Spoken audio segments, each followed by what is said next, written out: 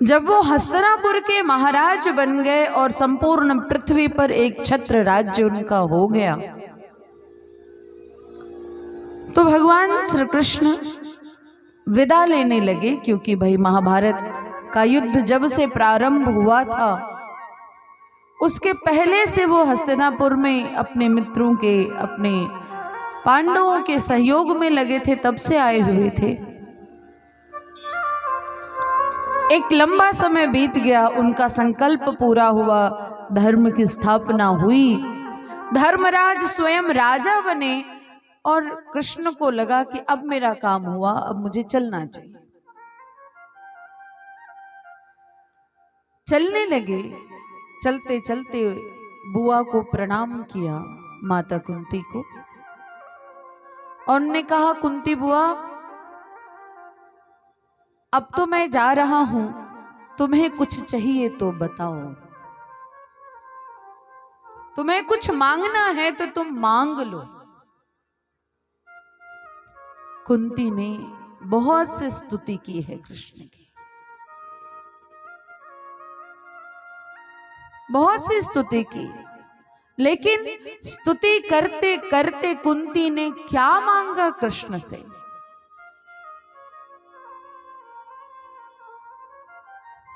विपदो सन्तु नः शश्वत् तत्र तत्र जगद्गुरु भवतो दर्शनं यद्भादा पुनर्भव दर्शनम। क्या मांगा कुंती ने? विपदो सन्तु नः शश्वत् तत्र तत्र जगद्गुरु। हे जगद्गुरु, अगर तुम मुझे देना चाहते हो ना तो विपत्ति दे दो।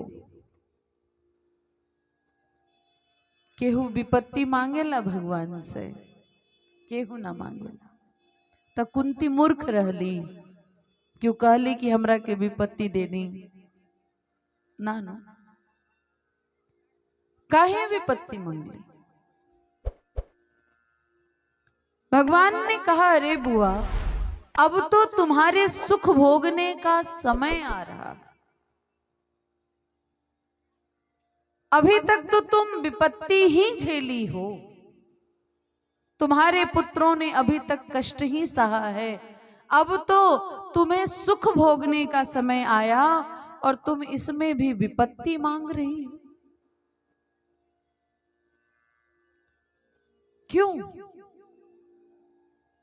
कुंती ने कहा, नहीं कृष्ण, मुझे विपत्ति ही चाहिए, तुम मुझे विपत्ति ही दो। भगवान ने कहा, परंतु क्यों चाहिए विपत्ति? सुख भोगने का समय है, सुख भोगो, सुख मांगो। कुंती ने कहा, कृष्ण, हमारे ऊपर जब जब विपत्ति आई है तब तब तुम आए हो, पांडवों के ऊपर जब जब विपत्ति आई तब तब उनको बचाने के लिए कृष्ण तुम आए हो, लेकिन आज यह संपत्ति आई है तो तुम हमें छोड़ करके जा रहे हो, इसलिए इस संपत्ति से वो विपत्ति लाख गुना अच्छी है जिसमें कृष्ण तुम्हारा संयोग तो होता है, तुम्हारा दर्शन तो होता है, इसलिए मुझे विपत्ति दो। और ये सच है, सुख में भगवान याद नहीं आते, नहीं याद आते। सुख का समय इतनी तल्लीनता से बीत जाता है कि पता ही नहीं चलता कब बीत गया, और दुख शुरू नहीं होता है तभी से भगवान याद आने लगते। दुख का विचार करके मन में भगवत प्रेम जागृत हो जाता है। गर्मी के दिन में कितना भी नहाइए, मुंह में से भगवान का नाम नहीं निकलता है, फिल्मी गीत निकलता है। और वही ठंडी के दिन में बाथरूम में जाइए, नल के नीचे जाइए तो हनुमान चालीसा निकलने लगता है। जय हनुमान ज्ञान गुण सागर, जय कपीस तिन लोको जागर, राम दूत जाना है। क्यों? गर्मी में क्यों नहीं निकलता है हनुमान चालीसा मुंह में नहाते समय? ठंडी में क्यों निकलता है? का गर्मी में जल से सुख मिलता है और मनुष्य का स्वभाव है वो सुखी रहेगा तो भगवान को नहीं भजेगा, और ठंडी के दिन में उससे जल से कष्ट होता है तो भगवान याद आते हैं।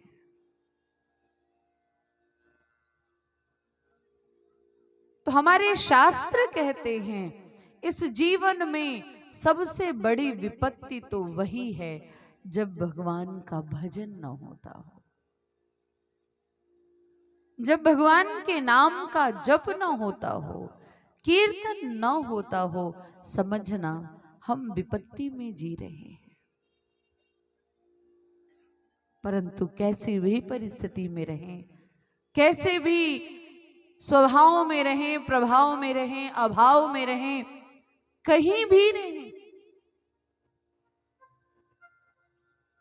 लेकिन भजन अगर हो रहा है तो मानना सबसे बड़ी संपत्ति तुमने अर्जित कर ली है और उसी संपत्ति के बल पर ही भगवत कृपा प्राप्त होगी। तो हमें यह जो संपत्ति मिल रही है, ये जो भजन का धन मिल रहा है, ये जो कथा श्रवण करने का पुण्य प्राप्त हो रहा है, ये जो प्रभु की लीलाओं के दर्शन का लाभ हमें प्राप्त हो रहा है, ये मानना आपने अपने नाम से प्रभु की संपत्ति लिखवा ली है।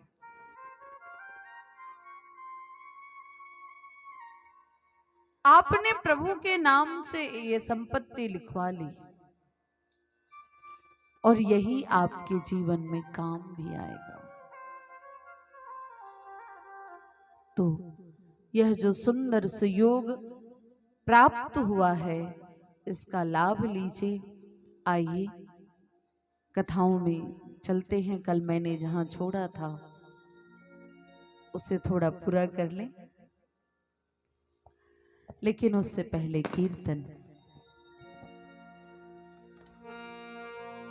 महाकाली की जय, माँ दुर्गे की जय, महाकाली की जय, माँ दुर्गे की जय, महाकाली की जय, माँ दुर्गे की जय, महाकाली की जय, माँ दुर्गे की जय।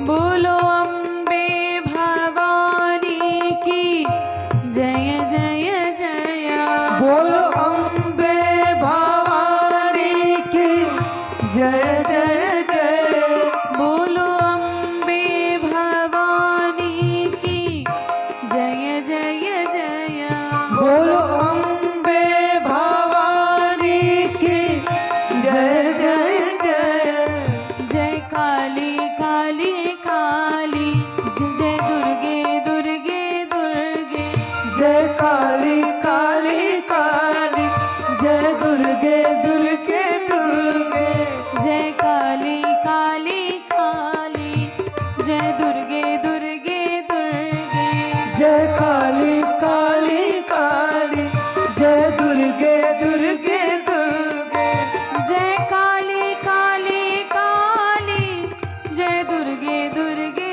दुर्गे, जय काली काली काली, जय दुर्गे दुर्गे दुर्गे, जय काली काली काली, जय दुर्गे दुर्गे दुर्गे, जय काली काली काली, जय दुर्गे दुर्गे दुर्गे। महाकाली की जय, माँ दुर्गे की जय, महाकाली की जय, माँ दुर्गे की जय, महाकाली की जय,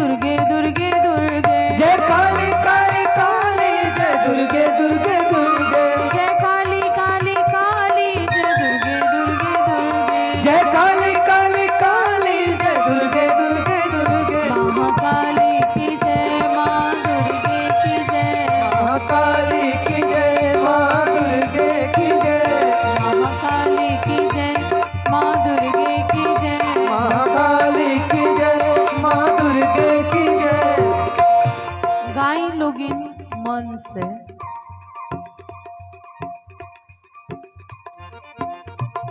केकरा के पढ़ावल जाला जे ना पढ़ ले ओके।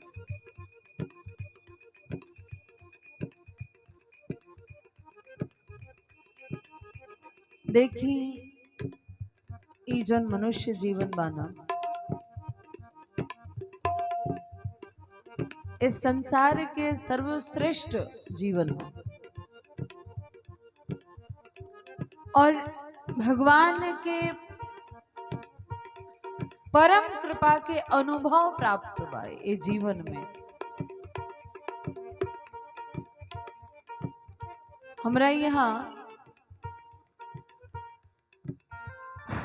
एक सज्जन हमारे अच्छे मित्र हैं अशोक दुबे जी, उस उपहार स्वरूप देकर गए हैं, इसलिए उनका नाम उच्चारित करना जरूरी है कि किसका है।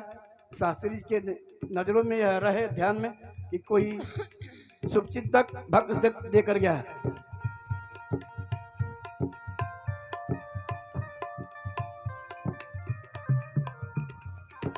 ये सब गुप्त रूप में गुप्त रास गुप्त वस्त्र भक्तों के द्वारा आपको धन्यवाद। अब कोई उठेगा नहीं, इसका ध्यान रखें, कथा के बाद ही।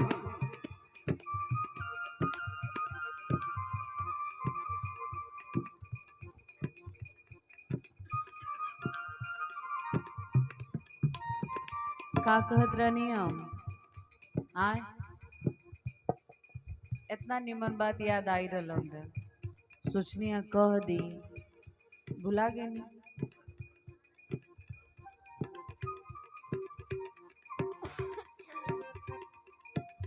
हमरा पता बा आज कथवा यही हुई काहे कि यहाँ लोग के इतना प्रेम बा, लेकिन नहीं मनिए तनी सुनत रही लोगिन।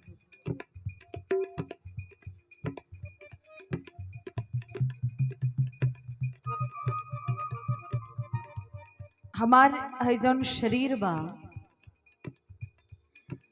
ये काहे खातिर मिलल बा, कभी विचार कैले बने?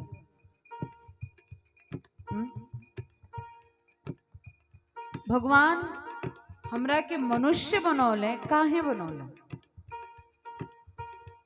गाय बकरी घोड़ा कुत्ता ये सब ना बनौले, मनुष्य बनौले तो कोनो कारण हो।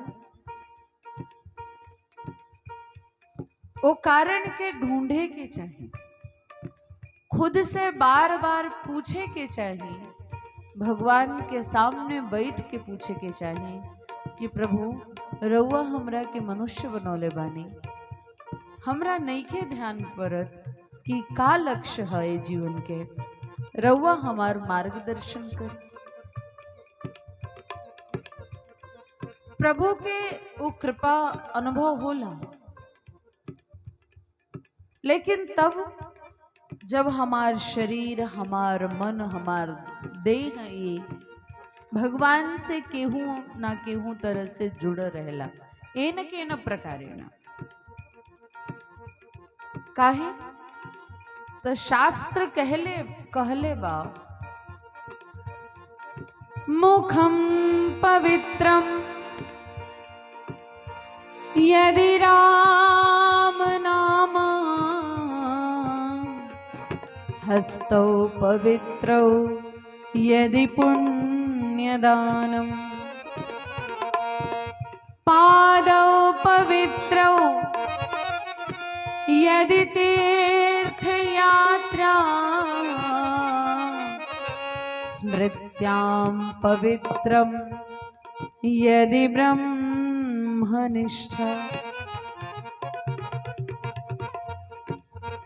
मुखम पवित्रम यदि राम नाम, हमनी के मुख कब पवित्र होला, मुंह कब पवित्र होला? जब हमनी के संसार के कचर पचर दिन रात बतियावल जाए खाइल जाए तो ना, जब ये मुख से भगवान के नाम निकली तब हमार मुंह पवित्र हो। एक कान से जब हम भगवान के कथा सुनब तब कान पवित्र हुए। गोस्वामी तुलसीदास जी महाराज कहले बनी, जिन हरि कथा सुनहि नहीं काना, श्रवण रंध्र अहि भवन समाना। सांप के बिल के बराबर है हमारा कान, अगर हमने भगवान की कथा नहीं सुनी है। हमार हई आंख खाली दुनिया के देखे खातिर नहीं है, ए आंख से भगवान के स्वरूप के भी दर्शन होके चाहिए। हमार हई हाथ सत्कर्म करे खातिर बनल बा, दान करे खातिर बनल बा, कीर्तन भजन करे खातिर बनल बा, सेवा करे खातिर बनल बा। लोग कहेला कि हम बहुत भक्ति करे नहीं, पूछला पर कैसन भक्ति, तो भगवान के सेवा करे नहीं, पूजा करे नहीं, जप करे नहीं। भक्ति का तात्पर्य क्या होता है? भज सेवायाम धातु से, ए बच्चा तुम डिस्टर्ब मत करो, वो तो कर ही रही है, तुम भी और नाच रहे हो।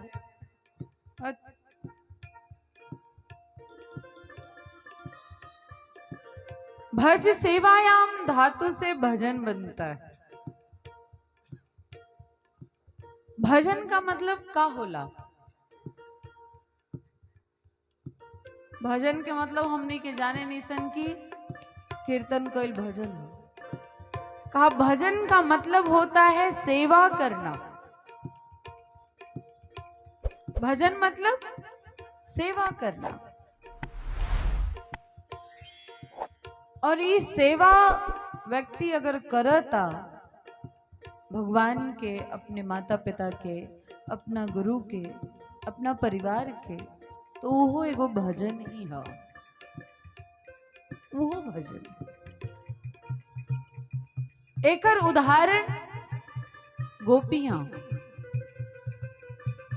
गोपियां सुबह उठती थी, झाड़ू लगाती थी और उनके मुख में श्री कृष्ण गोविंद हरि मुरारी, हे नाथ नारायण वासुदेव।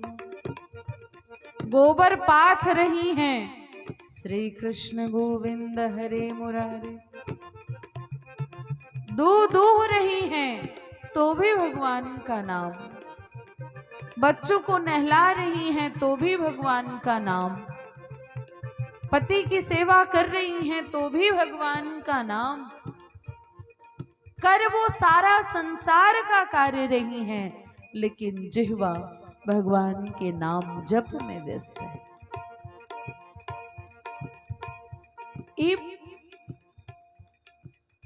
भक्ति की सर्वश्रेष्ठ पराकाष्ठा है, क्योंकि यह भक्ति की आचार्या हैं गोपियां।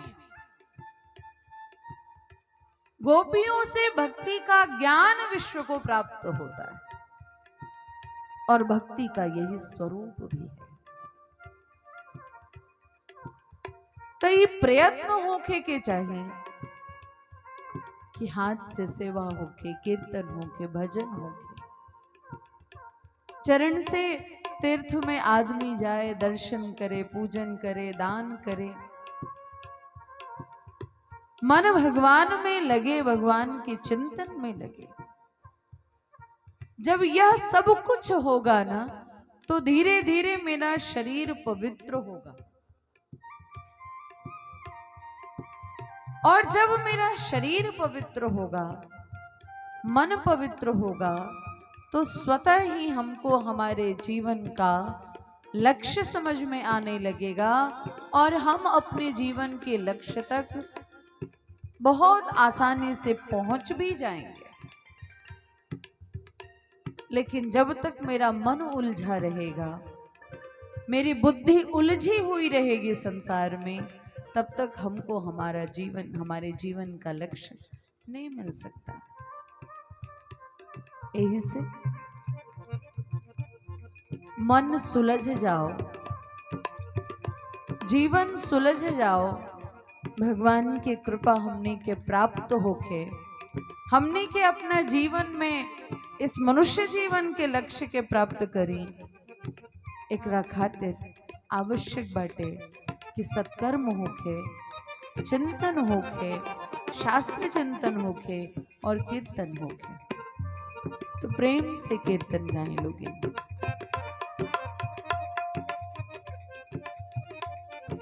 कीर्तनवा तो याद हो गई हुई, याद भइल बा? तनी गाई लोगिन तो। महाकाली की जय, माँ दुर्गे की जय, महाकाली की जय, माँ दुर्गे की जय।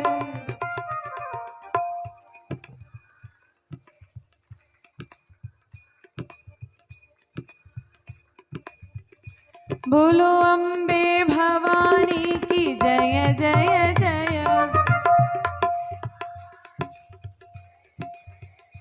बोलो अम्बे भवानी की जय जय जय।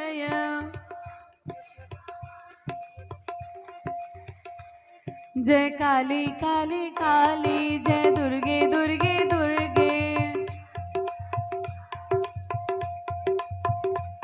जय काली काली काली, जय दुर्गे दुर्गे दुर्गे। जय काली काली काली, जय दुर्गे दुर्गे दुर्गे। जय काली काली काली, जय दुर्गे दुर्गे दुर्गे। प्रेम से महाकाली की जय, माँ दुर्गे की जय। महाकाली हमरा तो पते ना रहल कि इतना बढ़िया रहो लोग गावे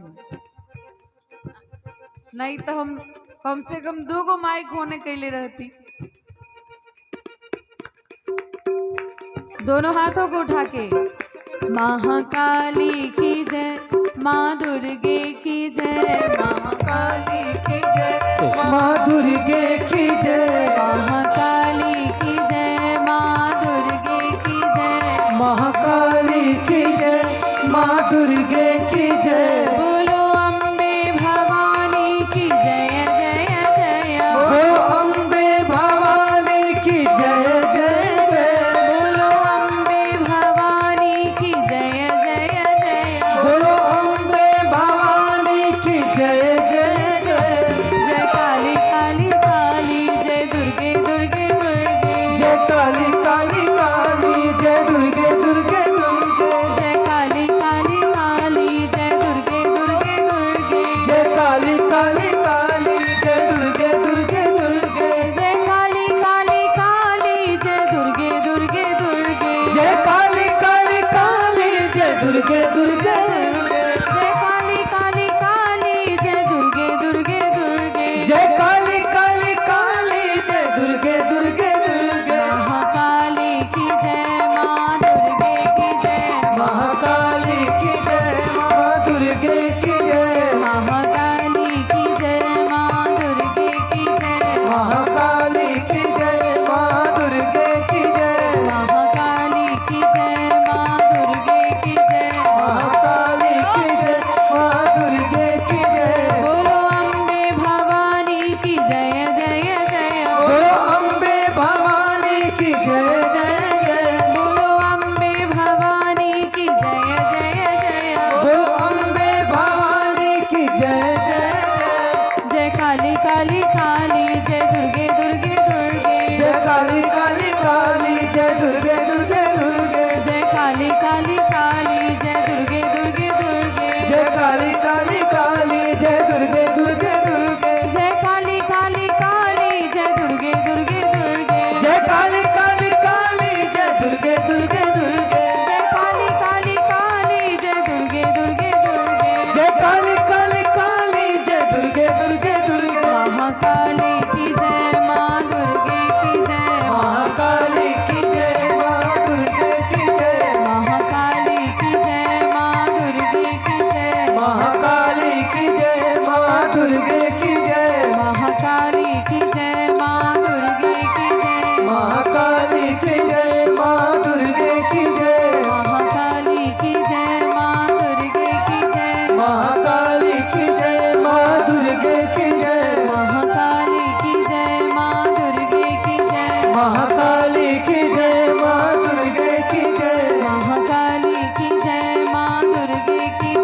महाकाली की जय, माँ दुर्गे की जय। प्रधानं सस्वरूपा सा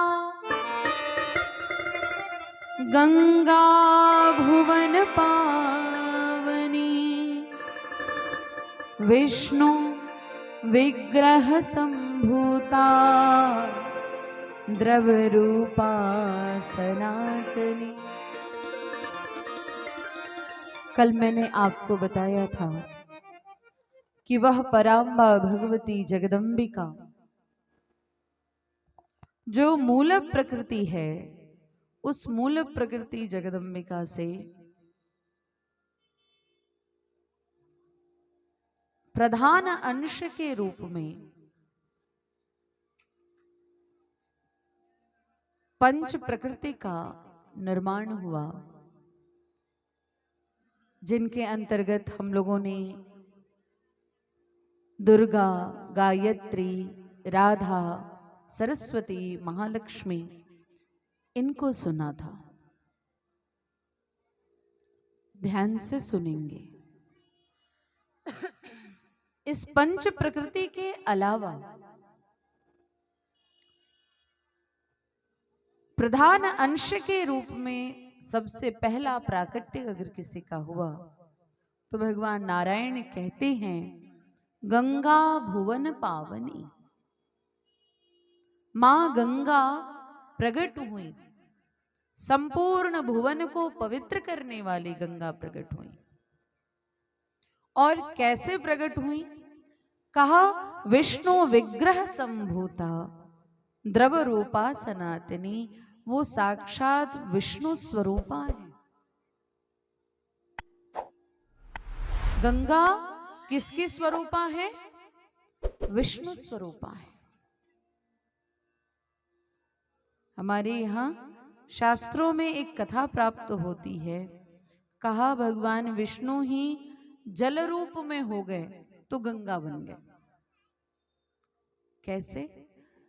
तो एक बार श्री नारद जी महाराज, नारद जी को तो आप जानते ही हैं, वीणा लेकर घूमते रहते हैं और नारायण नारायण कहते रहते हैं। तो नारद जी भ्रमण करते करते गंधर्व लोक चले गए। गंधर्व लोक जब वो वहां पहुंचते हैं तो उन्होंने क्या देखा? जितने गंधर्व हैं सारे के सारे गंधर्व, किसी का एक हाथ कटा हुआ है, किसी का पैर कटा है, किसी का नाक कटा है, किसी का कान कटा हुआ है, किसी की आंख फूटी हुई है। नारद जी ने कहा अरे ये कौन सा लोक है जिसमें मैं चला आया हूं? तुम्बरु इत्यादि इन गंधर्वों ने कहा कि गंधर्व लोक है महाराज। कहा गंधर्व लोक है? हमने तो सुना है गंधर्व लोग बहुत सुंदर होते हैं, लेकिन यहां तो देख रहे हैं सारे के सारे अपंग हुए हैं, सभी का अंग भंग हुआ हुआ है। क्यों? तो उनमें एक गंधर्व ने कहा कि क्या करें, ये एक ऋषि हैं। नारद जी ने कहा कौन ऋषि है? कहा नारद ऋषि है। अब नारद जी अपना परिचय बताना बंद कर दिए, वो शांत और गंभीर हो गए। कहा नारद ऋषि हैं? कहा नारद ऋषि हैं और नारद जी ने हम लोगों को ऐसा बना दिया है। अब नारद जी ने कहा क्यों? नारद जी ने ऐसा क्या कर दिया कि तुम लोग इस तरह से अपंग हो गए? तो उन्होंने कहा कि देखिए नारद जी को गाने का शौक है, वो भगवान नाम कीर्तन करते रहते हैं, परंतु हम जितने राग रागिनियां हैं ना, हम लोगों का एक समय है, एक काल है। हम अपने अपने समय में सज धज के तैयार रहते हैं और उस समय जब हमें गाया जाता है तो मेरा स्वरूप और निखरता है। कहा तो इसमें नारद जी का? कहा नारद जी की गलती क्या है कि उनको जब मन करता है तब गाना शुरू कर देते हैं, और हम राग रागिनियां अस्त व्यस्त पड़े रहते हैं, जिनके कारण हम कुरूप होते चले जा रहे हैं, अंग भंग होते चले जा रहे हैं। नारद जी ने कहा फिर इसका उपाय क्या है? तुम लोग सुंदर हो जाओ, स्वस्थ हो जाओ, इसका कोई उपाय हो तो बताओ, हम करेंगे। तो उन लोगों ने कहा कि क्या करें हम लोगों को स्वस्थ करने के लिए भगवान नटराज को, भगवान शिव को नृत्य करना पड़ेगा, क्योंकि सारे राग रागिनियां भगवान शिव से उत्पन्न हुए। कहा उन्हें नृत्य करना पड़ेगा। नारद जी दौड़े दौड़े भगवान शिव के पास गए और उन्होंने सारी व्यथा बताई। कहा प्रभु, मुझसे अनजाने में बहुत सी गलतियां हुई हैं, उनमें से एक बहुत भयंकर पाप मैंने किया है कि गंधर्व लोक के राग रागिनियों को अपंग कर दिया। सारी कथा जब बताई तो भगवान शिव ने कहा मुझसे क्या चाहते हो? उन्होंने कहा कि मैंने गंधर्वों से पूछा कि आप कैसे स्वस्थ होंगे, तो उन गंधर्वों ने कहा भगवान शिव नृत्य करेंगे जब, तो हम स्वस्थ हो जाएंगे। तो प्रभु आप अपना वो नृत्य कर दीजिए जिससे वो स्वस्थ हो जाए। भगवान शिव ने कहा हम नृत्य तो कर देंगे, लेकिन नृत्य का दर्शक भी तो होना चाहिए ना, किसके लिए करेंगे? कोई देखने वाला होना चाहिए। कहा तब आप बताइए कौन दर्शक बनेगा आपके नृत्य का? कहा जब भगवान नारायण जैसा दर्शक हो तो फिर नृत्य करने में आनंद आ जाए। तो नारद जी दौड़े दौड़े भगवान नारायण के पास पहुंचे। उन्होंने सारी बात फिर कही और कहते हुए कहा प्रभु इस पाप से आप हमें उबारिए। प्रभु नटराज नृत्य करेंगे और आप दर्शक बन करके उनको उनके नृत्य का दर्शन करिए। तैयार हो गए, बढ़िया मंच व्यवस्थित हुआ बाबा के नृत्य के लिए, और दर्शक दीर्घा में बैठे हुए नारायण सुंदर मसनद इत्यादि लगा करके बैठ गए। नृत्य प्रारंभ हो गया। क्या सुंदर भगवान नटराज ने, देखो नाचना दो ही को आता है, एक को नटराज कहते हैं और एक को नटवर कहते हैं। एक नटराज है और एक नटवर है, इन्हीं दोनों को नृत्य आता है। नटराज भगवान शिव और नटवर भगवान श्री कृष्ण। तो उस नृत्य का रस भी लेने जानते हैं नारायण। आनंद में बैठ गए बाबा, खूब दिव्य नृत्य प्रारंभ अपना कर दिए। नृत्य जब पूर्ण हुआ और बाबा ने दर्शक को प्रणाम करने के लिए सर झुकाया तो देखा दर्शक वहां से गायब। भगवान विष्णु वहां है ही नहीं है। क्या देख रहे हैं? तो जहां भगवान विष्णु लेटे हुए थे और देख रहे थे नृत्य, वहीं से जल की धारा प्रवाहित हो रही है। विष्णु द्रव रूप में हो गए और वही द्रव जो हुआ वो विष्णु द्रवा कहलाई, अर्थात गंगा कहलाई थी। गंगा महारानी की जय हो। तो यह विष्णु द्रवा है, जहां नारायण स्वयं द्रवीभूत हो गए, रसमय हो गए। इसी भाव को श्रीमद् देवी भागवत में कहा गया कि विष्णु विग्रह संभूता द्रव रूपा सनातनी। भगवान विष्णु के विग्रह से युक्त है। भगवान विष्णु जहां स्वयं ही द्रव रूप हो गए, ऐसी गंगा उस मूल प्रकृति की प्रधान अंश स्वरूपा है। और कहा, शंभो मौली जटामेरु मुक्ता पंक्ति स्वरूपिणी तपः संपादिनी सद्यो भारतेषु तपस्विनाम्। वह विष्णु द्रवा कहां आकर के लगी? कहा, भगवान शिव की जटाओं में आके स्थित हुई। भगीरथ के कितने प्रयत्न के बाद, भगीरथ के पूर्व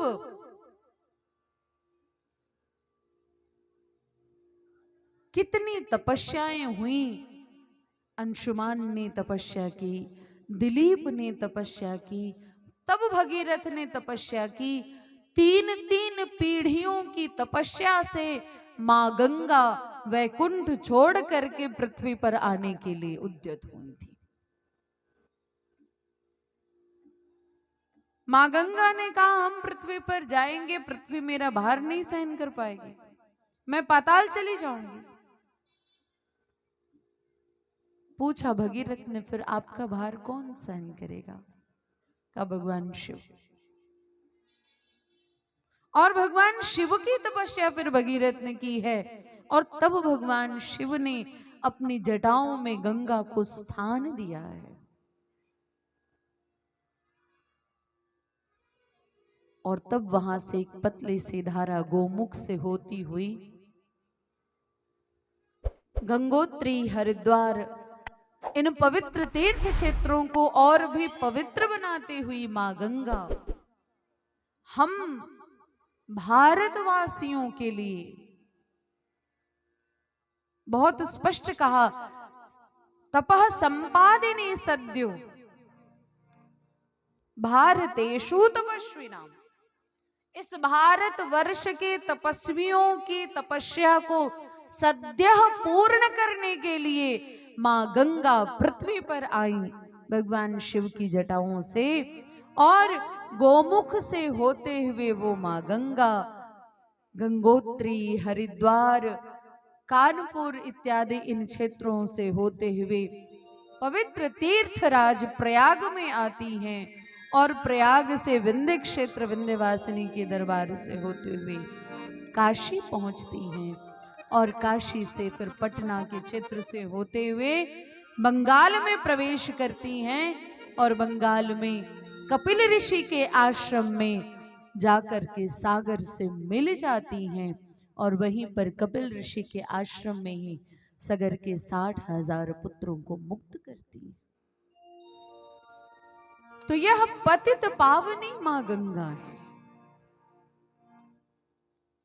पाप, ताप, शाप सब हरण करती है मां गंगा, सब कुछ।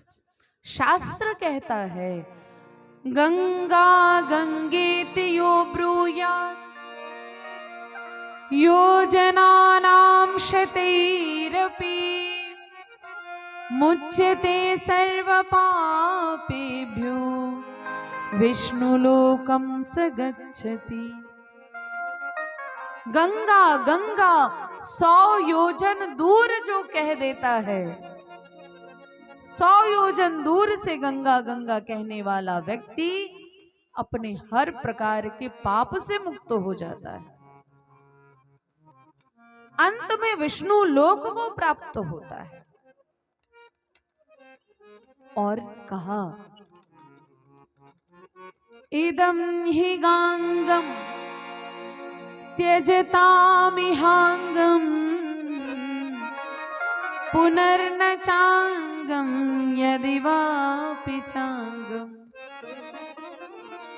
करे रथांगम शयने भुजंगम याने विहंगम चरणे बुगांगम। क्या सुंदर प्रशंसा की। इदम हिगांगम त्यजता मिहांगम। कहा गंगा को का नाम लेके या गंगा का पान करके या गंगा का दर्शन करने मात्र से ही पुनर्न चांगम, फिर उसको शरीर नहीं प्राप्त होता है, अर्थात वो मोक्ष को प्राप्त कर जाता है। कहा नहीं, अगर उसे शरीर मिला तो? कहा यदि वापि चांगम, अगर उसे अंग प्राप्त भी हुआ तो परिवर्तित रहता है क्या? करेरथांगम, हाथ में चक्र सुदर्शन रहता है उसके। शयने भुजंगम, फिर वह शेष शैया पर शयन करने वाला बनता है। याने विहंगम, गरुण पर विमान, गरुण विमान पर बैठने वाला बनता है, अर्थात वह विष्णु रूप हो जाता है। और जब वह विष्णु रूप हो जाता है, कहा चरणेम्बुगांगम, फिर गंगा उसके चरणों से निकलने लगती है। यह माँ गंगा का प्रताप है, ये माँ गंगा का प्रभाव। एक सेठ जी थे, उनको एक ही लड़का था और बड़ा उत्पाती था, उदंड। सेठ जी को बड़ी चिंता होती थी अपने बच्चे की कि क्या करें कि इसकी बुद्धि ठीक हो जाए। ज्योतिषी जी लोगों को दिखाए तो ज्योतिषी जी लोगों ने कहा क्या करेंगे महाराज, एक काम करिए, इसको ले जाइए काशी और ले जाकर के गंगा में स्नान करवा दीजिए। क्या पता गंगा में स्नान करने से कोई पाप हो वो दूर हो जाएगा और इसकी बुद्धि ठीक हो जाएगी। ठीक बात। सेठ जी ने पंडित जी को साथ ले लिया, नाऊ को साथ ले लिया और चल पड़े। ये सत्य घटना। चल पड़े। चलते चलते रास्ते में ही रात होने लगी। एक मंदिर देखा, एकांत में पड़ा है। उसी मंदिर में सोचा आज रात्रि यहीं विश्राम करेंगे। चारों वहीं मंदिर में विश्राम करने के लिए रुक गए। सेठ जी को नींद नहीं आ रही थी। उन्होंने दूर देखा, खूब प्रकाश हुआ है। सेठ जी ने कहा जाओ देख करके आओ, अगर वहां पे कुछ भजन कीर्तन कथा प्रवचन हो रहा हो तो यहाँ सोने से अच्छा है वहीं चलेंगे, रात बीत जाएगी। नाऊ गया। जैसे ही वहां पहुंचा, वहां की स्थिति को देख करके नाऊ का मन डर गया। काहे? तो वहां सब भूत प्रेत थे, खूब नाच गा रहे थे। नाऊ सोचने लगा बाप रे बाप, ये क्या हो रहा है।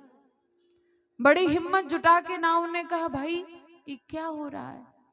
का भूतराज की कन्या का विवाह है। का अच्छा, कन्या का वो बैठी है, उसका दुल्हा का मंदिर पे सो रहा है। जैसे ही कहा मंदिर पे सो रहा है, अब तो नाऊ को समझ में आया मंदिर पे तो हम ही चार लोग हैं, इनमें कौन। तो उसने पूछा मंदिर पे। कहा हाँ हाँ, अरे वो सेठ जी का जो लड़का है ना, कल उसकी अकाल मृत्यु होगी और वो अकाल मृत्यु मरेगा और प्रेत बनेगा, उसी से भूतराज की कन्या का विवाह होगा। अरे बाप रे बाप।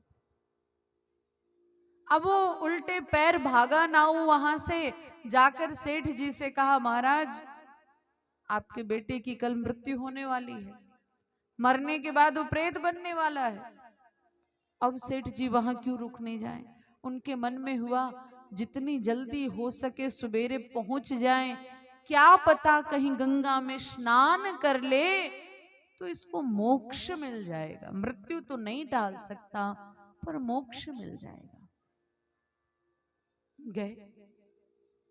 सुबह होते होते होते होते पहुंच गए गंगा जी के किनारे। कपड़े उतार करके रख दिया। गंगा में डुबकी लगाने जा रहे हैं, तब तक इतने में सामने से गंगा से ही एक सांड निकल करके दौड़ता हुआ आया और सेठ जी के बच्चे के पेट में अपना दोनों सिंग घुसा दिया और वहीं पर उसकी मृत्यु हो गई। गंगा के तट पर पहुंच करके भी गंगा में स्नान नहीं कर पाए, मृत्यु हो गई उसकी। वहीं पर उसका अंतिम सारा क्रियाकर्म कर दिया। लौट करके आए, अब रात में वहीं आकर रुक गए। जीते जी मैंने विवाह नहीं किया, मरने के बाद विवाह देख ही ले। समय बीता, लेकिन वहां कोई प्रकाश नहीं है। आज अंधेरा हुआ है, नाव को भेजा, जाकर के देख के आओ विवाह हो गया क्या। नाव गया, सबका मुंह लटका पड़ा है। पूछा क्या हुआ, लड़की का विदाई हो गया? कहा नहीं, लड़की का विदाई क्या होगा, दुल्हा ही नहीं आया। दुल्हा आया ही नहीं तो विदाई क्या करेंगे, ब्याह ही नहीं हुआ। नाउन ने पूछा क्यों नहीं आया? उसकी तो मृत्यु हो गई, वो मर गया। कहा वो मरा तो ठीक, लेकिन जिस सांड ने उस लड़के को मारा, उस सांड के सिंग में गंगा की मिट्टी लगी थी, जिसके स्पर्श से वो बालक मोक्ष को प्राप्त कर गया, इसलिए वो जन्म ही नहीं लिया। ये मां गंगा है, जिनके लिए कहा दर्श परस मज्जन अरूपाना। जिन मां गंगा का दर्शन हो जाए, स्पर्श हो जाए, पीने के लिए मिल जाए, कहा है हमारे शास्त्रों ने, आद्य जगत गुरु शंकराचार्य जी ने कहा है कि औषधि जाह्नवी तोयम वैद्यो नारायणो हरि। वृद्धावस्था में और कोई दवाई नहीं होती है, सबसे बड़ी दवाई मां गंगा का जल है और सबसे बड़े वैद्य भगवान नारायण हैं, जिनका नाम जप करोगे तो स्वस्थ रहोगे। तो ऐसी मां भगवती गंगा हैं, जो त्रिभुवन तारिणी हैं, जो हर प्रकार के कलमश को दूर करने वाली हैं। गंगा भागीरथी की जय हो, गंगा महारानी की जय हो। कहा है पापी पापेग्न मादाय ज्वललग्नि स्वरूपिणी सुख स्पर्शा स्नान पाने निर्वाण पद प्रदायिनी।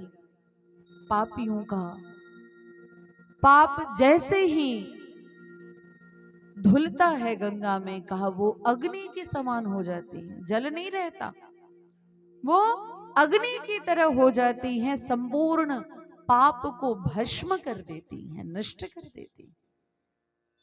शास्त्र कहते हैं यदा यदा यान्ति नरो हि जाह्नवी रुदन्ति पापानि वदन्ति चाप्रिय अरे कृतघ्ना नितराम रनाधमा स्वयं समुत्पाद्य निहंतुमुद्यताम्। जब हम गंगा में स्नान करने के लिए जाने लगते हैं ना, तो हमारे अंदर के पाप हमको गाली देने लगते हैं और क्या कहने लगते हैं, अरे कृतघ्ना, अरे तुम तो बहुत बड़े कृतघ्न हो, बहुत अधम हो। क्यों? कहा अरे अपने कर्मों से तुमने ही तो हमको उत्पन्न किया और आज गंगा में नहा करके हमको नष्ट करना चाहते हो। तो ध्यान दीजिएगा, जब हम तीर्थ में जाने के लिए प्रयत्नशील होते हैं, जब हम गंगा में स्नान के लिए प्रयत्नशील होते हैं, तो मेरे मन में आलस्य बहुत जगता है, हमको साधन नहीं मिल पाता है, व्यवस्थाएं नहीं हो पाती हैं। क्यों? का हमारे अंदर का पाप हमको रोकता है, हमको जाने नहीं देता। तो ऐसी भगवती गंगा हैं, जो इस संपूर्ण ब्रह्मांड को पवित्र करने के लिए।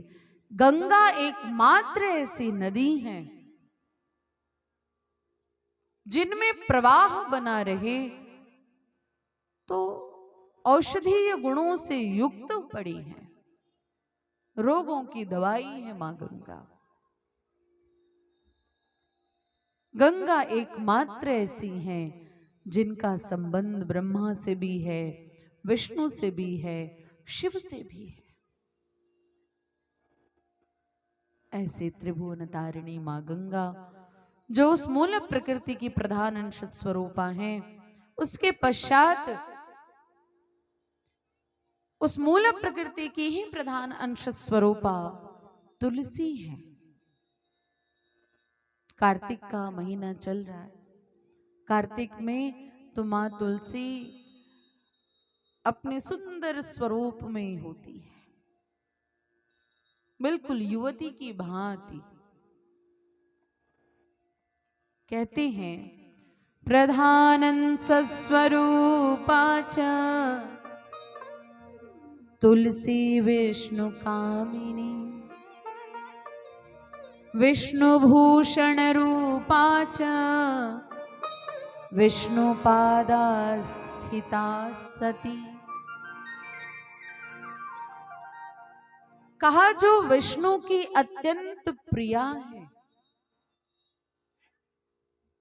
तुलसी ऐसी हैं जो विष्णु की पत्नी भी हैं, विष्णु का आभूषण भी हैं, विष्णु के चरणों में पड़ी रहती हैं और विष्णु की कृपा से भक्तों को पाप मुक्त करती रहती है। दर्शन स्पर्शनाभ्याम च सद्यो निर्वाणदायिनी, कलौ कलुष शुष्के दह्यमान अग्नि रूपिणी। तुलसी का दर्शन हो जाए, स्पर्श हो जाए, कहा जाता है तुलसी के, हम लोग चरणामृत लेते हैं ना, तो चरणामृत में जो तुलसी दल प्राप्त होता है, तुलसी को दांत के नीचे नहीं लगाना चाहिए।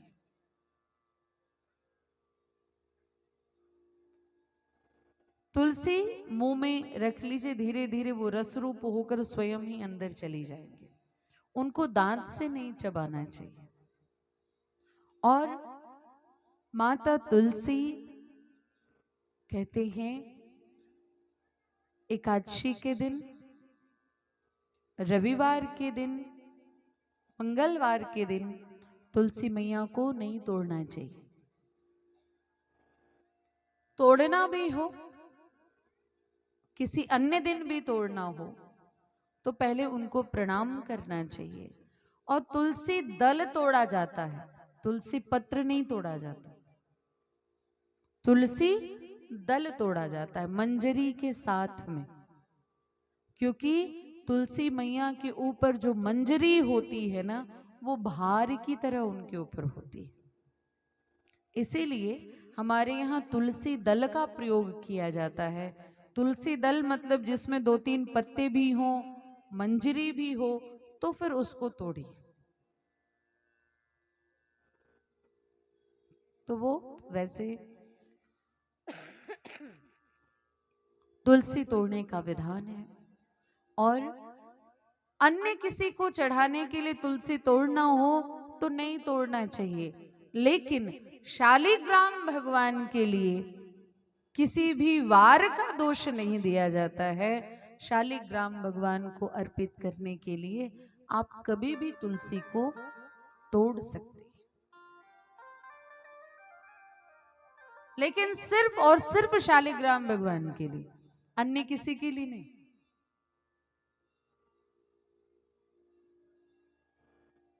आगे चल करके श्रीमद् देवी भागवत में कथा प्राप्त होती है, शंखचूर्ण की कथा प्राप्त होती है, जिसकी पत्नी को छल किया था भगवान नारायण ने, और फिर वो स्वयं तुलसी हुई और नारायण शालिग्राम बने और समर्पण हुआ। तो हमारी श्रीमद् देवी भागवत में कहा है, कल्प वृक्ष स्वरूपाय भारते वृक्ष रूपिणी। देखिए भारत भूमि में कितनी दिव्यता है। हम जिस भारत में जन्म लिए हैं कितनी दिव्यता है उसमें कि इसे भारत में ही मां गंगा है और इसे भारत में वृक्ष रूप में तुलसी। तुलसी वृक्ष न जानी, तुलसी को वृक्ष नहीं मानना चाहिए, तुलसी मां है।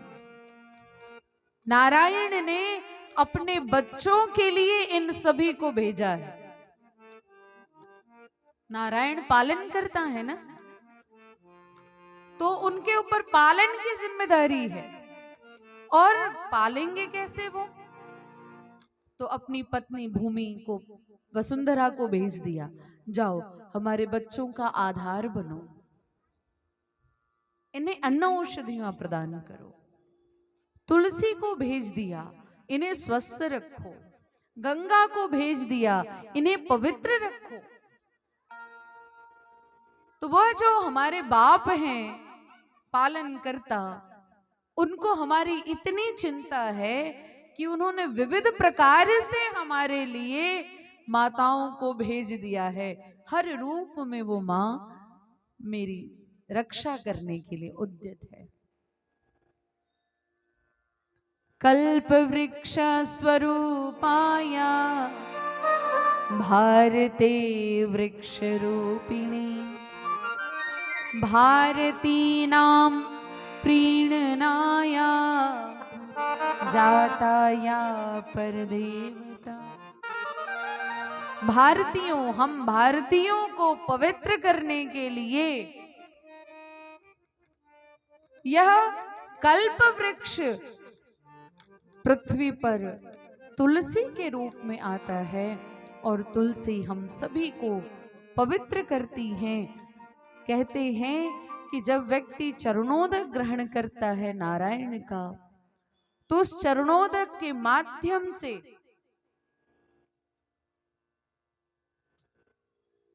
हमारे अंदर के ताप, पाप, शाप यह तीनों दूर होते हैं। और इन्हीं के साथ आगे की चर्चा करते हुए कहते हैं कि उन्हें मूल प्रकृति की प्रधान अंश स्वरूपा षष्ठी देवी है, छठ मैया, जिनका पर्व आ रहा है।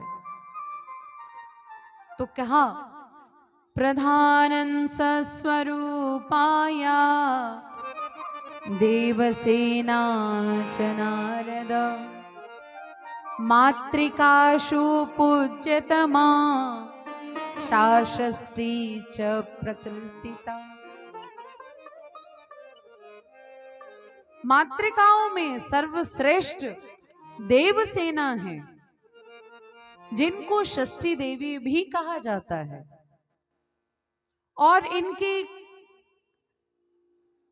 सबसे बड़ी कृपा जीव मात्र पर क्या है? तो पुत्र पौत्रादिदात्री च धात्री त्रिजगतां सती षष्ठांश रूपा प्रकृतिस्तेन षष्ठी प्रकृतिता। उस मूल प्रकृति के षष्ठ अंश से ये प्रकट हुई थी, इसलिए इनको षष्ठी कहा जाता है। और मातृकाओं में ये सर्वश्रेष्ठ हैं, इसलिए इनका एक नाम देवसेना भी है। इनकी कथा आती है कि सतयुग में सत्यव्रत मनु थे। सत्यव्रत मनु भगवान के परम भक्त, परंतु संतान नहीं थी उनको। तो उन्होंने अपने गुरु वशिष्ठ ऋषि के द्वारा कहा कि आप यज्ञ करवाइए जिससे मुझे संतान प्राप्त हो। उन्होंने कश्यप ऋषि को बुलाया। कश्यप ऋषि ने पुत्रेष्ठी यज्ञ किया और उस यज्ञ के प्रभाव से परम सुंदर सुकांत तेजवान युक्त पुत्र का जन्म तो हुआ, पर वो मृत पुत्र का जन्म हुआ, मरे हुए पुत्र का। यज्ञ से ऐसे बालक की उत्पत्ति, उन्होंने पूछा ऋषियों से कि मुझे पुत्र हुआ, वो मृत हुआ, यज्ञ का ऐसा फल कैसे हो सकता है? वशिष्ठ ऋषि ने कहा, राजन तुम्हारे भाग्य में पुत्र है ही नहीं। यज्ञ के प्रभाव से तुमको पुत्र प्राप्त तो हुआ, पर तुम्हारा भाग्य इतना प्रबल है कि वो मृत हो गया। अब रोने लगे महाराज सत्यव्रत अपने पुत्र के लिए, अपने भाग्य पर रोने लगे। तब तक इतने में कश्यप ऋषि ने भगवती देवसेना को स्मरण किया, और वह भगवती देवसेना प्रकट हुई, और भगवती देवसेना के उस सुंदर स्वरूप को देख करके महाराज सत्यव्रत ने निवेदन किया। क्यों?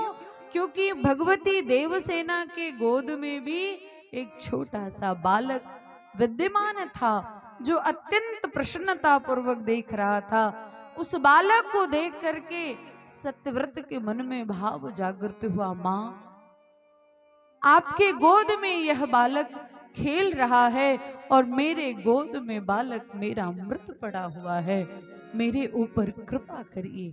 और तब भगवती ने उस मृत बालक को पुनः जीवन दान दिया, और तब जाकर के सत्यव्रत को पुत्र रत्न की प्राप्ति हो पाई थी।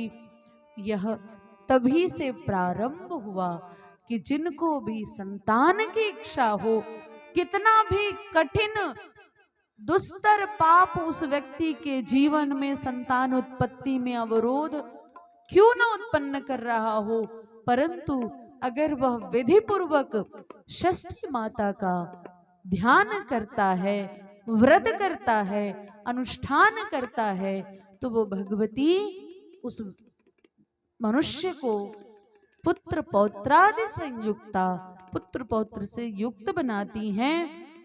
क्यों? का धात्री त्रिजगताम सती, वो संपूर्ण जगत की मां रूप में विद्यमान है, और वो सबको अपना वात्सल्य प्रदान करती है अपने बच्चों के रूप में।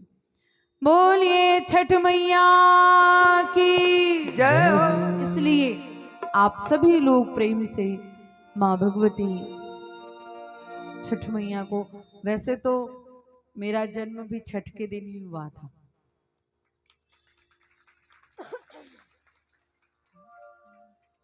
माँ हमारी बताती हैं कि हम छठ भूखा रहने अतु हो गए लोग, इसीलिए हमारे पूज्य पिताश्री ने मेरा नाम भक्ति किरण भी रखा, क्योंकि बहुत पूजा पाठ ये लोग किए थे, लेकिन भाग्य में हम लिखे थे, हम चले आए।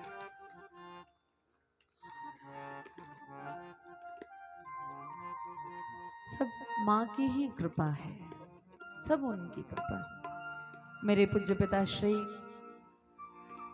कभी कभी बहुत भाव विह्वल होकर के कहते थे कि माँ की कितनी बड़ी कृपा है कि उसने मुझे बेटा नहीं दिया,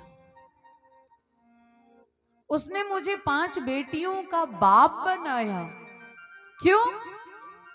कहा आज मेरी बेटियां हैं, जहां है वहां मेरी प्रतिष्ठा बढ़ा रही हैं। बेटा होता तो न ये आश्रम होता, न ये सेवा केंद्र होते, मैं बस अपने बेटे के लिए कमाता और उसी के लिए इकट्ठा करता। तो वास्तव में ये पूज्य पिताश्री का तपोबल है, जिसके प्रभाव से आज हम यहाँ बैठे हैं और आप इतना प्रेम देकर के हमको सुनते हैं। इसी प्रकार से उस मूल प्रकृति की प्रधान स्वरूपा भगवती काली हैं, जिनके लिए कहा रुष्टा क्षणेन संहर्तु शक्ता विश्वम महेश्वरी। अगर वो रुष्ट हो जाए तो क्षण भर में संपूर्ण विश्व को नष्ट कर सकती हैं, इतना तेज उनमें है। कैसे उत्पन्न हुई हैं? तो बताया दुर्गा ललाट संभूता, भगवती दुर्गा के ललाट से मां काली की उत्पत्ति हुई है। कब? कहा रणे शुंभ निशुंभयो हो, जब वो शुंभ और निशुंभ से युद्ध कर रही थी तो क्रोध में विह्वल होने पर भगवती के ललाट से काली की उत्पत्ति हुई। दुर्गार्धाश स्वरूपा सा गुणे न तेज सा समा, दुर्गा के ही अर्ध स्वरूप में उन्हें माना जाता है और भगवती दुर्गा के समान ही गुण और तेज से युक्त वो भगवती काली हैं। कहते हैं कृष्ण भक्ता कृष्ण तुल्या तेजसा विक्रमय गुणैहि, कृष्ण भावनया शाश्वत कृष्ण वर्णा सनातनी। वो कृष्ण स्वरूपा हैं, काली स्वरूपा हैं, कृष्ण भक्ता हैं। हमारे यहाँ पूज्य गुरुदेव कहते थे कृष्णैव काली काल्यैव कृष्ण, कृष्ण में और काली में कोई अंतर नहीं है, दोनों का बीज एक है, दोनों का स्वरूप एक है, दोनों का वात्सल्य एक है। उस मूल प्रकृति भगवती जगदम्बिका के ही प्रधान अंश स्वरूप से वसुंधरा अर्थात पृथ्वी का अवतार हुआ था। यया बिना जगत सर्वम निराधारम चराचरम प्रकृतिश्च कलायासा यास्ता निबोध मुनीश्वराः। जिस वसुंधरा के बिना, जिस पृथ्वी के बिना हर प्राणी निराधार है, ऐसे आधार स्वरूपा वसुंधरा उस भगवती की प्रधान अंश स्वरूपा है। मैंने आपको परसों कहा था कि हम लोग स्वाहा स्वधा कहते हैं, वो कौन है? तो शास्त्र कहता है स्वाहा देवी वहनी पत्नी प्रति विश्वेशु पूजिता, यया विना हविर्दानम न गृहीतुम सुरा क्षमा। स्वाहा किनकी पत्नी है? अग्नि देवता की पत्नी है। इसलिए जब भी हम हवन करते हैं तो हर मंत्र के साथ क्या बोलते हैं? स्वाहा।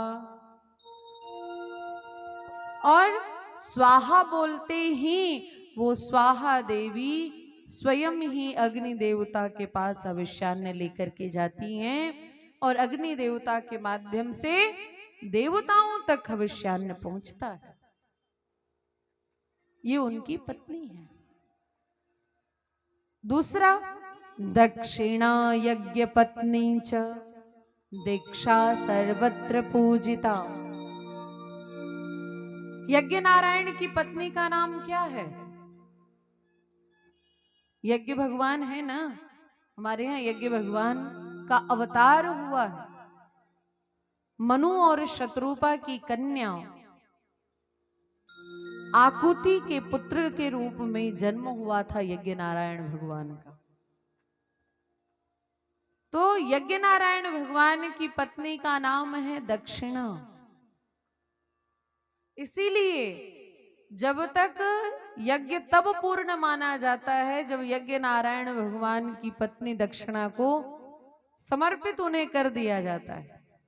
पंडित जी लोग पुण्याह वाचन करते हैं, चलते चलते आशीर्वाद अपना देते हैं, तो उसके पहले दक्षिणा का संकल्प करवाते हैं।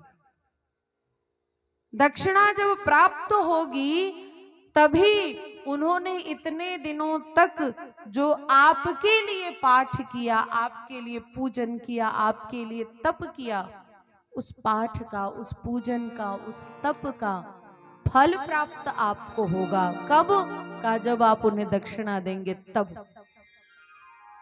और उनको दक्षिणा नहीं मिलेगी तो वो अपने साथ ही सारा पुण्य लेकर चले जाते हैं।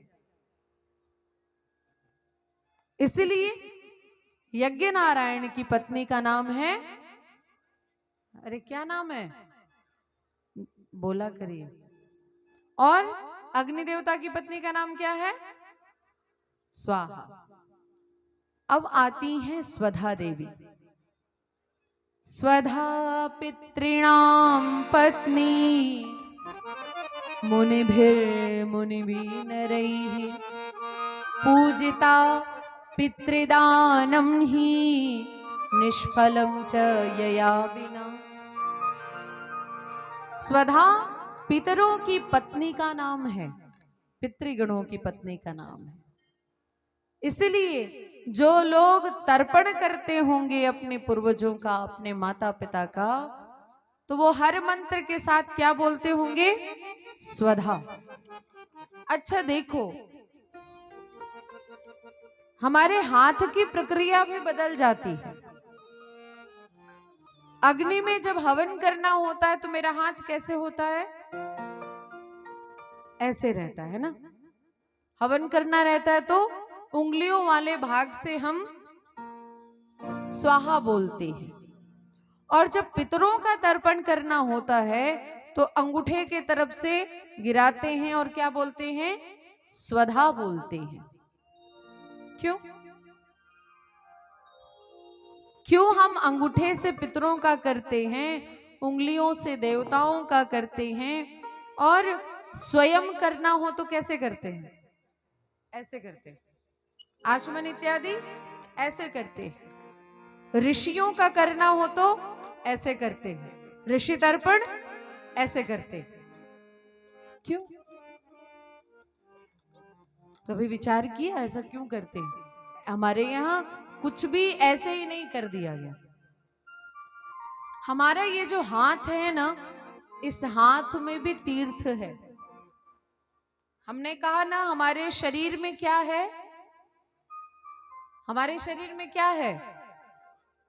देवालय है, देवता लोग है ना, मंदिर है ना हमारा शरीर। तो मेरा शरीर मंदिर है और मेरा हाथ तीर्थ है। और एक दो तीर्थ नहीं है। कितने तीर्थ हैं? कहा ये उंगलियों वाले भाग को देवतीर्थ कहा जाता है।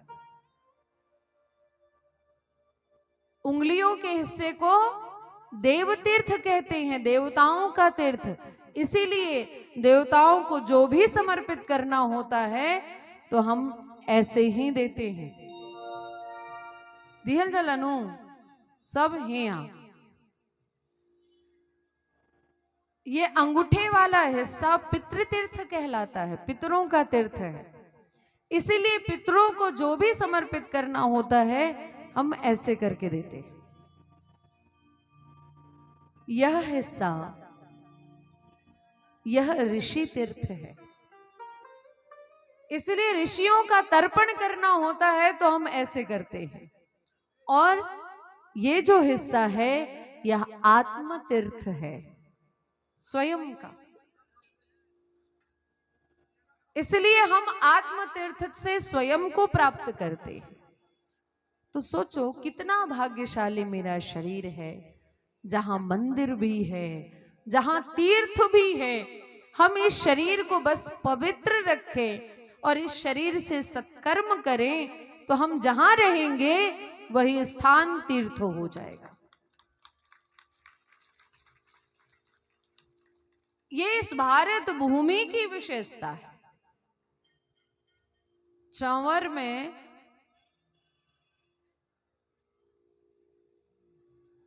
एगो आदमी गईले और कुदारी लेके गईले, तनी घास साफ कर दिहल गई। यही यहाँ बिना कोनो मंत्र के घास साफ हो गई।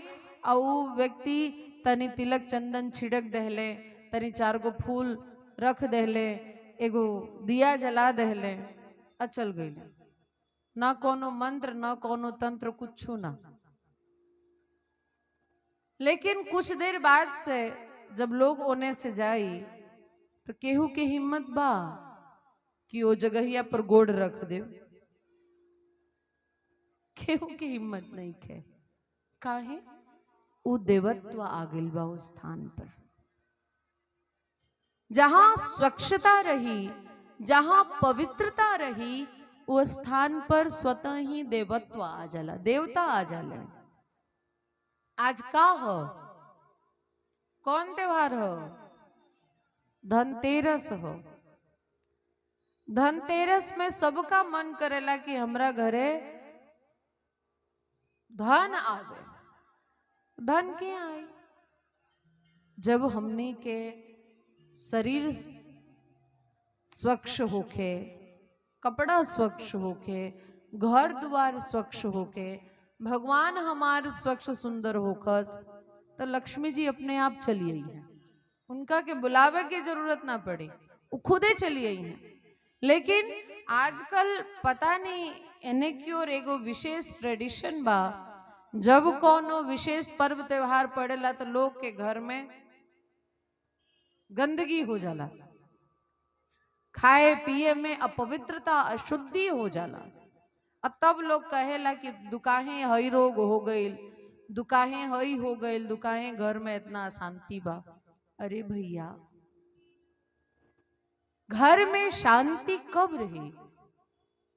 जब घर में पवित्रता रही, मन में पवित्रता रही, तो घर अपने आप मंदिर रही। लेकिन जब हमनी के मन गंदा हो गईल बा, शरीर गंदा हो गईल बा, विचार गंदा हो गईल बा, तो शांति मिली? कभी शांति ना मिल सकेला। तो सबसे ज्यादा जरूरी बा कि हमार ई शरीर मंदिर है, तीर्थबाई में, तो एकरा के साफ सुथरा और पवित्र रखी। ये चलता फिरता देवालय है, ये देवालय अगर साफ सुथरा बा तो जहां रही हैं वो जो सब देवता आके रहे लगी हैं, और सब देवता के कृपा मिली। बात बुझाई? हाँ। अब आगे स्वस्ति देवी। स्वस्ति देवी जाने ली लोगिन, स्वस्ति बनावे ले लोगिन, स्वस्तिक। ये जौन स्वस्तिक बनेला, ये स्वस्तिक कहा ई एगो देवी है। आ कैसन देवी है? कहा स्वस्ति देवी वायु पत्नी प्रतिविश्वेषु पूजिता, आदानं च प्रदानं च निष्फलं च यया बिना। स्वस्ति देवी भगवान वायु की पत्नी है, इसीलिए हमारे यहाँ दरवाजे पर स्वस्ति बनाया जाता है, कलश पे स्वस्ति बनाया जाता है। क्यों? कहा ये वायु देवता की पत्नी है। कितना भी कुपित वायु क्यों न हो, कितना भी प्रतिकूल बवंडर क्यों न चल रहा हो, पर वायु देवता जब हमारे यहाँ आए और अपनी पत्नी स्वस्ति को देखें तो वो हमारे लिए अनुकूल हो जाए, इसीलिए स्वस्ति बनाई जाती है। ऐसे स्वस्ति देवी केकर पत्नी है? वायु देवता के पत्नी है।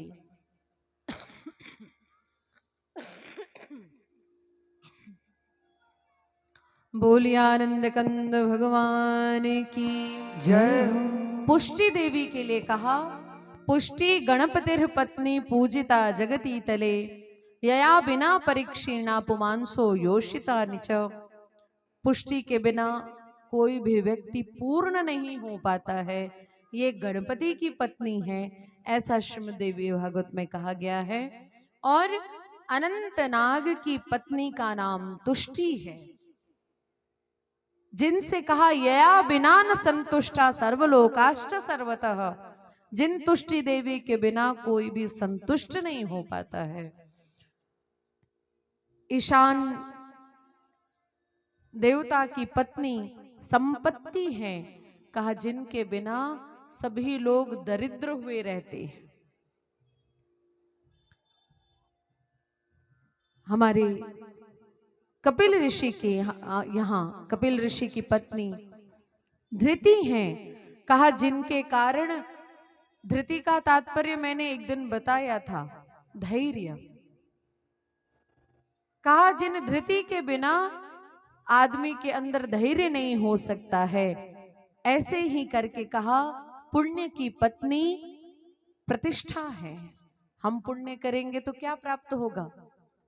प्रतिष्ठा प्राप्त होगी। हम सुकर्म है ना, सुकर्म देवता की पत्नी का नाम है कीर्ति। हम सत्कर्म करेंगे, सुकर्म करेंगे तो क्या प्राप्त होगी? कीर्ति। पुण्य करेंगे तो प्रतिष्ठा मिलेगी, सत्कर्म करेंगे तो कीर्ति फैलेगी। और शास्त्र कहता है कीर्तिर यस्य स जीवति, जिसकी कीर्ति होती है वो युगों युगों तक जीता रहता है। जो अपने जीवन में सत्कर्म कर गया वो कभी मरता नहीं है, वो अपने किए हुए सत्कर्म के माध्यम से युगों युगों तक जीता रहता है। ऐसे ही अधर्म की पत्नी है मिथ्या, अर्थात झूठ। सबसे पहले अधर्म प्रारंभ होता है झूठ से।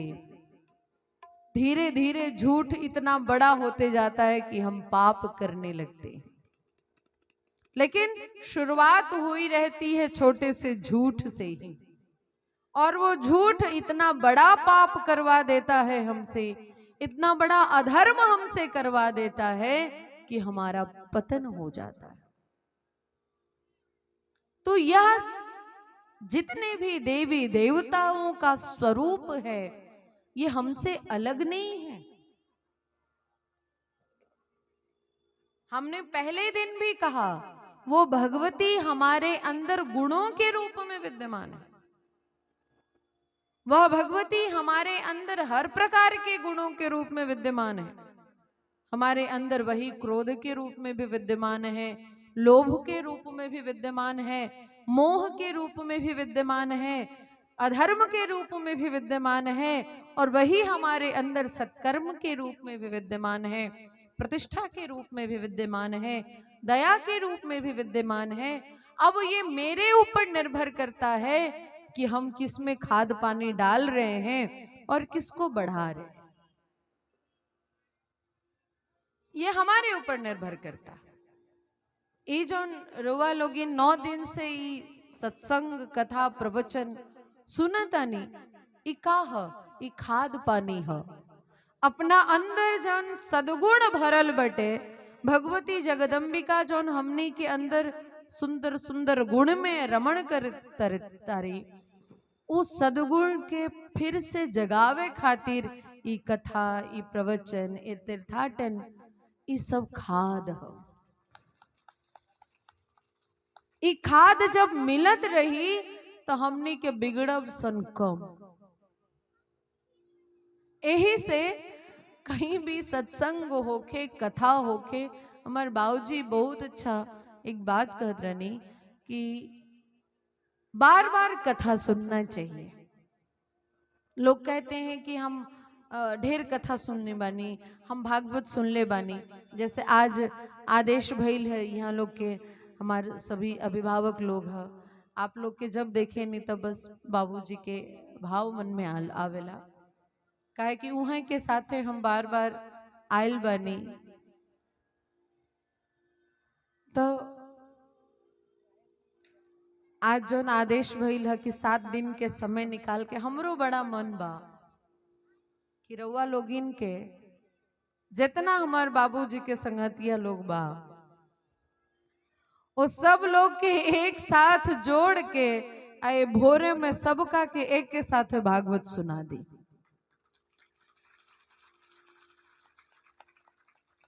दोनों काम हो जाए, भागवत के कथा भी हो जाए, अब फिर हम आपन सब लोग से मिलियो ले। ठीक बानो ये विचार? नमः पार्वती पतये हर हर महादेव। तो बाबूजी कहें कि कथा बार बार सुननी चाहिए। कोई कहता है कि हम भागवत सुन ले बानी, एक मतलब बा कि सुन ले नहीं खे, ओकरा पे कथा के रस नहीं खे लागल। तो कथा बार बार सुनना चाहिए। क्यों सुनना चाहिए? तो वो उदाहरण देते थे कि घर बनाने में मिस्त्री की जरूरत पड़ती है, और मिस्त्री जब आता है तो अपने साथ 2 मुख्य औजार लेकर के आता है। कौन कौन सा? तो एक रखता है धागा, है नु, एगो हेने ईटा में बांधी, एगो ओने ईटा में बांधी, और तब जोड़ल शुरू करेला। एक लाइन जोड़े खातिर एने ओने दू जगह बांध दी। और एगो और ही औजार रहेला साहुल, पत्थर वाला, लोहा वाला, धागा में बांधल रहेला। तो जब एक लाइन वो जोड़ी तब हेने हिया लगाई, हिया लगाई। जे घर बनवावे वाला मालिक बा, उ एक एक काम के 4 बार देख के उबिया जाला। ओकरा लगेला जितना देर में ही हेने से हेने रस्सी बंधी है आ 4 बार नपी हो, उतना में 4 गो और ही ईटा जोड़ा जाए। तो एक बार 2 बार सुनला देखला के बाद से ना रहल जाला कि क्या ही फालतू काम कर रहे हो, इना की फटाक से जोड़ के काम खत्म करी। तो हेने होने देखत रहता है। वो मिस्त्री कहेला कि मालिक हम बिना नपले भी बना दे, लेकिन एक बात बताई, अगर एको गो ईंटा टेढ़ा रखा गई तो पूरा के पूरा राउर घर टेढ़ो हो जाए। सारा रुआ घर के नक्शा बिगड़ जाए। तो राउर घर नक्शा में बने, सुंदर बने, यही से हमरा बार बार नापे के जरूरत पड़ेगा। का मतलब? कहा जे घर के नक्शा ठीक रखे खातिर बार बार नापे जोखे के पड़ेला, ओही अपना जीवन के नक्शा ठीक रखे खातिर बार बार कथा सुने के पड़ी। और कथा सुने के चाहिए, कहे कि इन शास्त्रन के माध्यम से ही हम अपना जीवन के नाप सके निसन कि हमने के ठीक चलत आनी सन कि बिगड़ गई बनी सन। ये शास्त्र ही वो माध्यम है जिनमें से जिनको सुन करके हम अनुभव कर सकते हैं कि नहीं, ये विकृति मुझ में आई है, ये कमी मुझ में आई है, हमको ये ऐसे नहीं, इस मार्ग पर चलकर अपना जीवन जीना है। इसलिए कथा बार बार सुननी चाहिए। हाजिरी ओकरा बाद से फिर हमार कहाँ गई ले जनेंद्र भैया?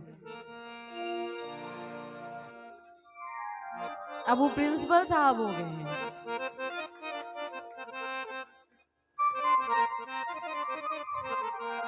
करना चरवा के छाया हे थावे वाली, करना चरवा के छाया हे थावे वाली, करना चरवा के छाया हे थावे वाली, करना चरवा के छाया हे थावे वाली, माई हो तू थावे वाली, माई मोरी रहसु वाली, माई हो तू थावे वाली, माई हो तू रहसु वाली, माई मोरे थावे वाली,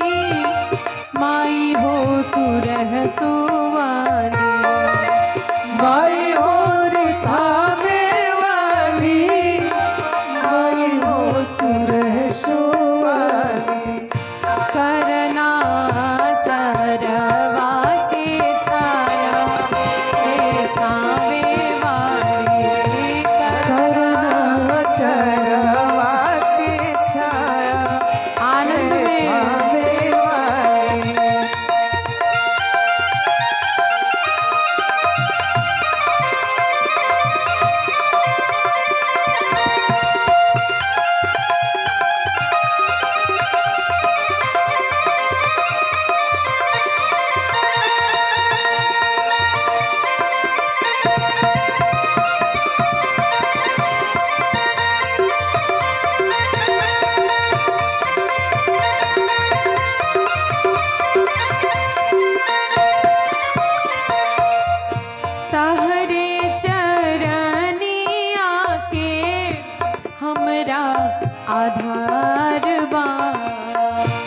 तहरे चरनिया के हमरा आधार बा तहरे चरनिया के हमरा आधार बा तोहरे चरनिया के हमरा आधार बा नैया के हाथ फेरा विनती हमार बा नैया के हाथ फेरा बिनती हमार बा तहरे चरनिया में काया हे थावे वाली तोहरे चरनिया में काया हे थावे वाली तहरे चरनिया में काया हे थावे वाली तोहरे चरनिया में काया हे थावे वाली दोनों हाथों को उठा के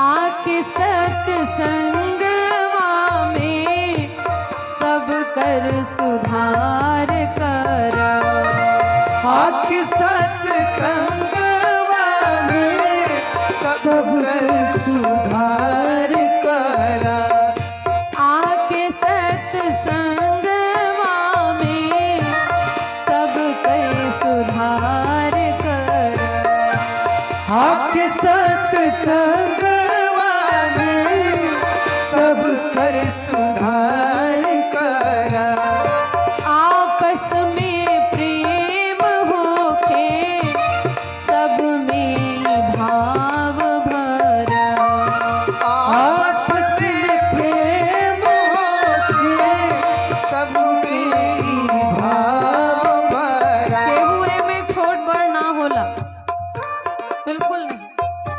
जब कभी अपने मन में बहुत बड़ा होने का दम्भ हो ना तो बस इतना याद करना कि जिस आत्मा के रहने पर तुम अपने आप को बड़ा अनुभव कर रहे हो सामने वाला भी उसी आत्मा के अधीन है।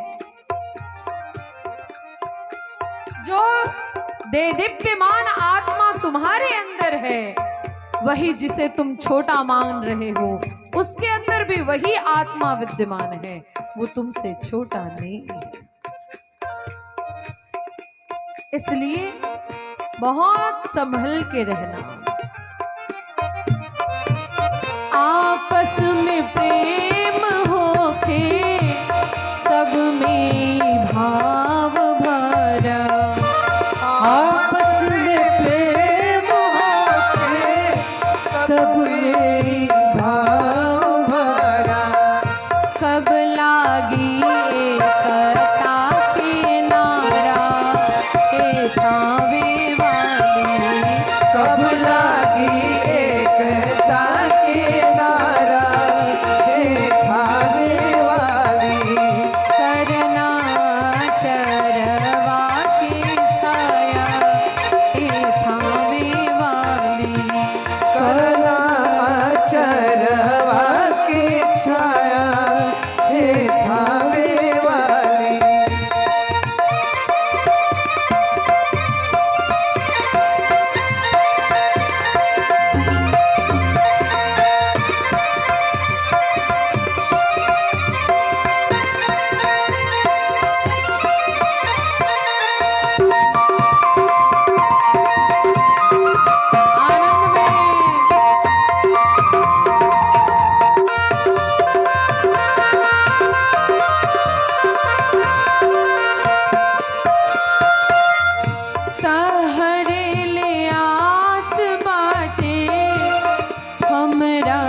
प्यार कर। तोहरे ले आस बाटे हमरा ले प्यार करा। शास्त्री बलकवा के माई तू उद्धार कर। शास्त्री बलकवा के माई तू उद्धार करा। शास्त्री बलकवा के माई तू उद्धार कर। शास्त्री बलकवा से माई हो उद्धार करा। कब जाई जिंदगी से माया हे थावे वाली। कब जाई जिंदगी से माया हे थावे वाली। कब जाई जिंदगी से माया हे थावे वाली। कब जाई जिंदगी से माया हे थावे वाली। माई हो तू थावे वाली। माई हो तू रहसो वाली। माई हो तू थावे वाली। माई हो तू रहसो वाली। माई हो तू थावे वाली। माई हो तू रहसो वाली। माई हो तू थावे वाली। माई हो तू रहसो वाली। करना चरवा के छाया हे थावे वाली। करना चरवा के छाया हे थावे वाली। करना चरवा की छाया हे थावे वाली। करना चरवा के छाया हे थावे वाली। बोलिए थावे महारानी की जय हो। बहुत बहुत साधुवाद, धन्यवाद।